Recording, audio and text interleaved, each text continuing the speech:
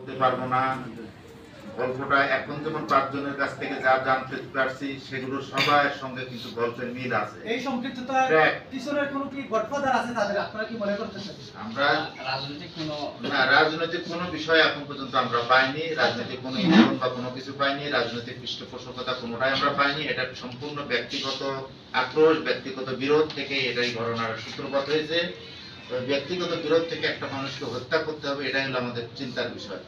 এবং যেখানে যে ব্যক্তিদেরকে দিয়ে কিলিংটা করানো হচ্ছে তাদের সঙ্গে যে ব্যক্তি হত্যা হয়েছে তার সঙ্গে কিন্তু কোনো শত্রুতা ছিল না, এটাই হলো চিন্তার বিষয়। যার সঙ্গে বিরোধ থাকে সেই বিরোধের ভিত্তিতে একটা ঘটনা ঘটলে মানুষ কিন্তু মেনে নিতে পারে, কিন্তু একটা পক্ষই সেটাকে মিশনটাকে সফল করবেন এর তাহলে বুঝতে হবে যে এই মিশনের টার্গেট কিন্তু আমরা সবাই।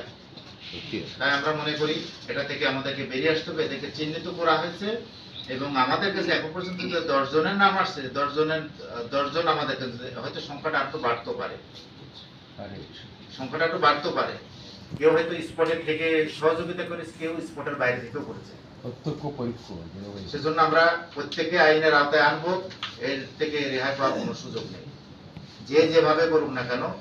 বর্তমান সময়ে আপনারা জানেন, বর্তমান সময়ে ডিজিটাল এভিডেন্সটার উপরে নির্ভর করে কিন্তু আমাদের ইনভেস্টিগেশন কার্যক্রম চালাচ্ছে। শুধুমাত্র একজন কথা বললেন, যে কথাটার ভিতরেই আমরা সীমাবদ্ধ থাকলাম তাই না, প্রত্যেকটা বিষয় কিন্তু আমরা বিশ্লেষণ করতেছি এবং এখন পর্যন্ত যেটা পেয়েছি সেটা আপনাদের কাছে আমি জানালাম।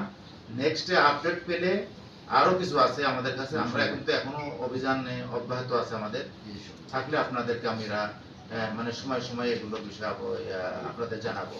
আপনাদের মাধ্যমে জানানোর অর্থ হলো এটা যে অপরাধ করে কেউ পার পাবে না, অপরাধ করে কেউ সমাজের সঙ্গে মিশে মানে আড়ালো হয়ে নিজেদেরকে লুকাতে পারবে সেরকম আমরা বিশ্বাস করি না। আপনাদের সহযোগিতায়, আপনারা যেমন বিভিন্ন মিডিয়ার মাধ্যমে আমাদেরকে সহযোগিতা করেছেন, আপনাদের সহযোগিতাটা কিন্তু এক্ষেত্রে বড় একটা ভূমিকা রেখেছে আমাদের ইনভেস্টিগেশনে। এবং আপনারা নিশ্চিত থাকেন এই বিষয়টা একদম প্রথম থেকে শেষ পর্যন্ত আপনাদের কাছে একেবারে খুব স্পষ্ট করে দেবো যে ইনভেস্টিগেশনটা কিভাবে হচ্ছে, যারা কিলিং এর সঙ্গে জড়িত, কে কে জড়িত, কিভাবে জড়িত, একদম পয়েন্টে বাই পয়েন্ট আমরা মিলিয়ে দেবো।